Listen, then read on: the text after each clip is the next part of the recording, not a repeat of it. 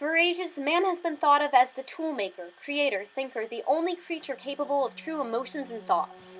Man's ability to create was thought to be what separated him from the rest of the animals. Jane Goodall was a young researcher studying chimpanzees at the Gombe Stream National Park in Tanzania. Through her research, Dr. Goodall redefined the line that separated man from animal. Jane Goodall had a fascination with animals in Africa from the time she was a young child.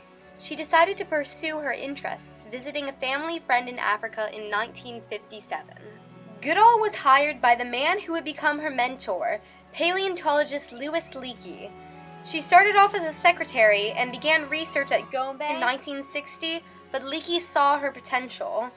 She was sent to Cambridge University to study ethology, the science of animal behavior, and earned her PhD in 1965. She returned to Gombe, where she began to study the chimpanzee population there. She took notes on her observations in a field journal.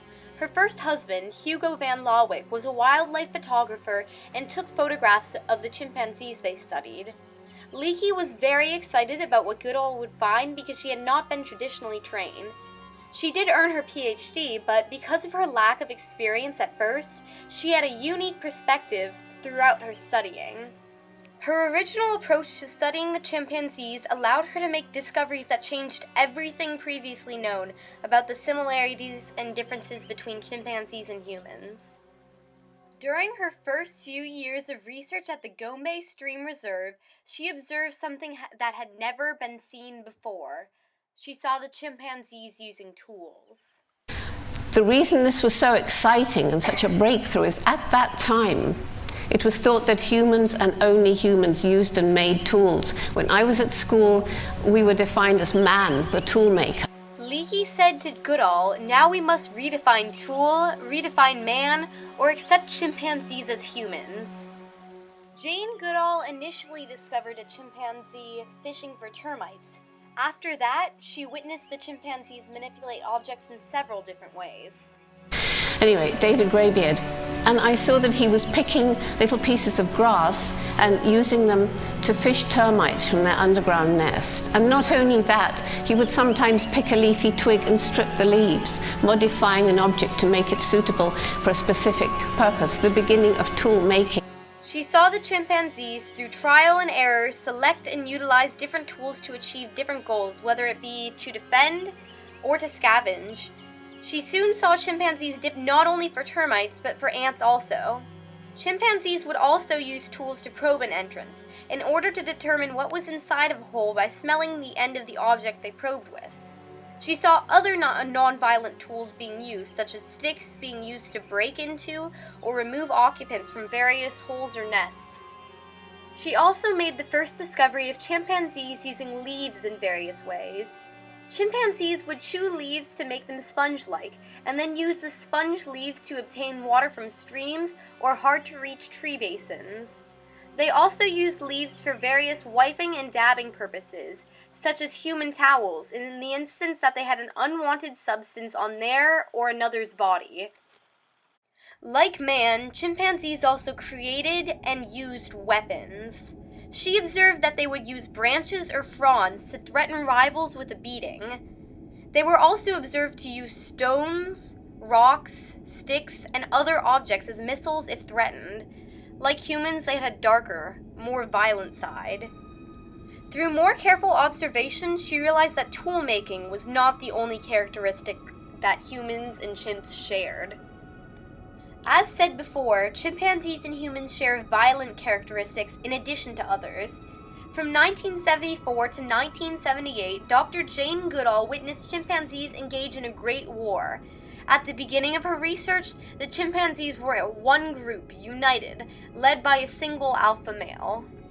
In 1974, however, these groups split into a northern group, the Kasakela group, and a southern group, the Kahama group. The Kasakela group greatly outnumbered the Kahama group and used their advantage in this territorial war. The war began with an attack on Godi, a young male chimpanzee who was attacked by 7 Kasakela males and 1 female, and 10 more attacks followed in the next 4 years. The wars finally ended with the common population annihilated, and the few left absorbed into the Kasakela population. During the very early years, I thought how like people they were, but they seemed to be much more gentle, much nicer. But then it became more and more apparent that chimpanzees, like humans, have a dark side to their nature. Chimpanzees, too, felt the need to battle, to take, to destroy those who opposed them. Another area in which Dr. Goodall found similarities between humans and chimpanzees was communication. Mankind's varying facial expressions, complex languages, and different postures were also thought to be somewhat unique. Through vigorous research, Dr. Goodall discovered that the chimpanzees also had diverse forms of communication, used as signals to indicate mood, state of being, social rank, and other vital information. Chimpanzees had both intimate ways of communication and general announcements and warnings like humans do. Through this communication, chimpanzees established their varying relationships. As humans do, chimpanzees have different complex interconnected relationships, and Dr. Goodall observed the relationships that they shared, such as friendly, caretaker, friend, follower, sexual, unfriendly, hostile, competitive, and neutral.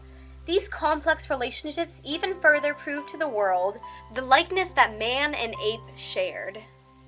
In fact, Dr. Goodall even discovered that chimpanzees shared many of the mental capabilities that humans have, such as having a concept of self, understanding symbolic representation, having goal-directed behavior, and more. Because of these similarities, her observations and discoveries are also of great importance because they solidify the link from ape to man, showing the traits that have been passed on and strengthened as we evolved. She stood for her discoveries even though they introduced a thought contrary to the beliefs of the past. Because of her, humans now understand more about the world around them and can connect more than ever before. Dr. Goodall's discoveries attracted a lot of controversy when she first presented them to the world. Instead of numbering the chimpanzees she studied, she named them, going against the traditional research methods of other ethologists. By the way, science at that time was telling me that I shouldn't name the chimps, they should all have numbers. That was more scientific. A difference such as this even caused some to say that her discoveries were invalid. Scientists accused her of personifying the chimpanzees and not being able to objectively observe them because she developed emotional bonds. Her fresh insight and unconventional research methods, however, benefited her research. Naming the chimpanzees allowed her to study them in a different light, to see them interact as the humans around her interacted. Goodall did not believe that naming the chimpanzees affected her research at all, and now the scientific world largely accepts her findings. Another controversial issue was the Gombe chimpanzee war she reported.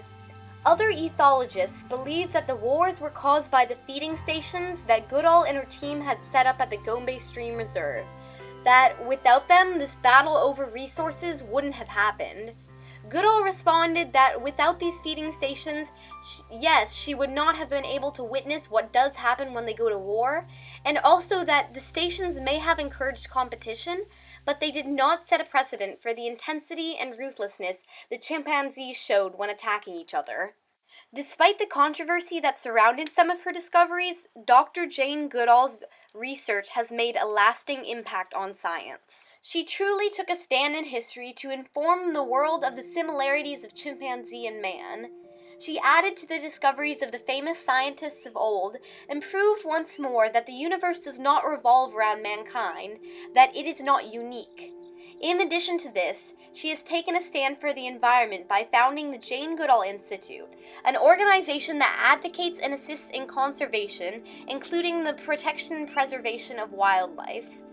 It also supports research and provides opportunities for education and resources to less fortunate children and women. Her strength in standing by her discoveries shows her determination to take a stand. She took her stand by forcing the world to reimagine what is man and what is animal. In the past and continuing on to today, her shattering discoveries force us to rethink how we treat and view the animals around us, because they are more similar to us than we thought.